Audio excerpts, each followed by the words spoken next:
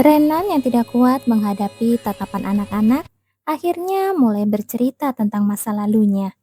Anna dan dirinya sudah tinggal di tempat yang sama selama bertahun-tahun. Tetapi saat itu mereka sangat jarang berinteraksi. Meskipun saling kenal, mereka tidak punya kesempatan untuk mengobrol. Sehingga hubungan mereka seperti orang asing. Oh, di sini akhirnya Axel bisa melepaskan diri dan pergi untuk memeriksa beberapa dokumen. Erdin bisa menebak kenapa hubungan mereka seperti itu. Itu karena Bibi Ana, pengasuh mereka, merupakan seorang pelayan dan juga rakyat biasa. Liliana menyebutnya sebagai cinta telalang. Sarah langsung membenarkan ucapan Liliana yang belum bisa mengucapkan huruf R itu. Setelah mereka diam, Renon kembali melanjutkan ceritanya. Di kediaman Duk, ada banyak sekali pelayan untuk membantu kehidupan para penghuni dan juga tamu. Ada juga orang-orang yang mencermati gerakan mata-mata keluarga lain yang menyusup di antara mereka dan menyampaikan informasi yang diperlukan. Duchess adalah yang mengatur orang-orang itu, dan Renon Fields adalah asisten berbakat yang membantu beliau. Di antara dokumen tentang informasi pelayan yang disusun oleh Renon, Anna adalah salah satu pelayan wanita yang paling bisa dipercaya. Ketika pernikahan politik antara Kilian dan putri dari keluarga musuh dengan reputasi yang buruk dijalankan, Anna adalah orang yang dinilai paling cocok untuk mengawasi orang itu dari dekat.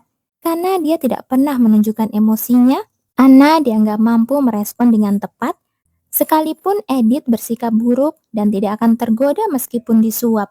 Pada akhirnya, penilaian itu memang tidak salah. Namun Edith yang bersikap ramah dan Anna yang membuka hatinya untuk Edith, semua itu di luar dugaan. Sulit untuk melihatnya sebagai bentuk pengkhianatan, karena dia tidak sepenuhnya menuruti perintah Edith saja.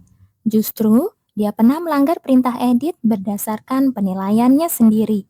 Tapi, hal yang dikhawatirkan Renon adalah jika seandainya datang momen ketika Edith yang dilayaninya berselisih dengan keluarga Duke, kepada siapa pelayan ini akan setia?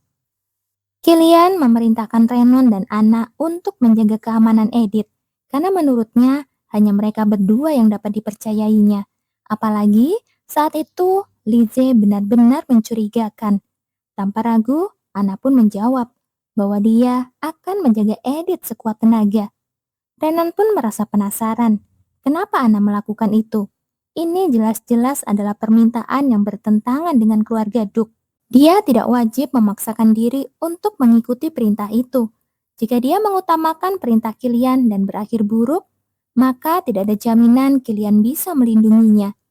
Tapi, Anna justru beranggapan bahwa Kilian malah membantu pekerjaannya, karena beliau memberikan informasi yang diperlukan untuk melindungi Edith. Dia tidak mengikuti perintah Kilian, melainkan bertindak demi Edith berdasarkan keinginannya sendiri. Namun, apa hasil dari keputusan itu? Setelah Cliff dan Lizzie berhasil kembali dengan selamat tanpa Edith, Anna yang dianggap melindungi Edith mendapatkan hukuman kurungan. Setelah mengamuk selama beberapa waktu, akhirnya Anna hanya bisa menangis sendirian di kamar. Sampai Renon datang membawakan makanan untuknya. Anna yang menangis menanyakan keberadaan Edith dengan histeris.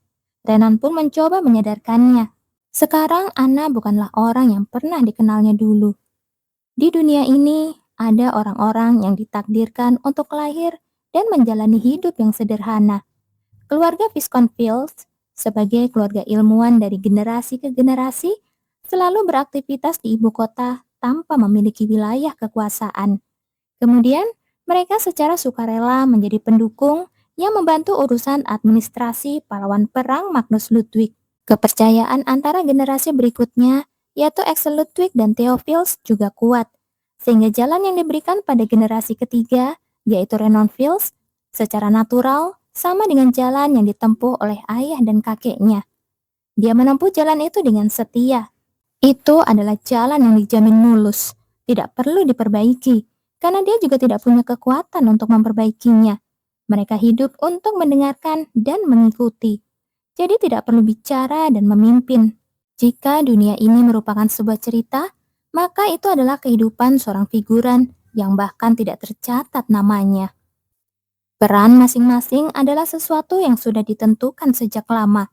Untuk menjadi orang kepercayaan Cliff dan Killian, Renon harus tinggal dan menghabiskan masa kecilnya bersama mereka. Bagi Renon, peran dan kehidupan merupakan struktur yang sangat masuk akal. Peran untuk melihat gambaran besar, menganalisisnya, dan membuat keputusan. Kemudian, peran untuk mempercayai keputusan itu dan membantu dalam pelaksanaannya. Sisanya adalah pembagian kerja yang rinci di antara semua itu. Pembagian kerja yang logis dan efektif ini akan terwujud ketika semua orang memainkan perannya pada posisi yang telah ditugaskan. Jadi, meskipun harus mengkhianati kepercayaan seseorang yang sudah seperti keluarga, berbohong pada orang disukai, dan membantu memojokkan mereka, kita tidak boleh rendah diri ataupun memihak pada siapapun. Hanya bicara berdasarkan fakta, bukan pendapat. Selalu bersikap netral, profesional, dan objektif. Membuat pilihan yang aman dan tenang tanpa terpengaruh emosi, itu adalah jalan kami. Seolah-olah hidup sebagai kaki tangan majikan, bekerja seperti bayangan tanpa mata dan telinga, membuang semua perasaan yang diperlukan supaya tidak mencurigai dan menilai sesuatu dengan sembarangan, beradaptasi dan mengikuti alirannya, tidak punya otak untuk berpikir maupun hati untuk merasakan emosi. Begitulah Anna dan Renon seharusnya. Renon yang mengawasi perubahan Anna akhirnya memanggil Anna ke ruangannya untuk bicara berdua saja, membicarakan sesuatu yang pribadi di luar status dan jabatannya. Oh iya, saat ini Glenn dan Edith masih asik berkencan di kapal persiar. Kira-kira apa ya yang Renan dan Anna bicarakan? Kita bahas kelanjutannya di video berikutnya.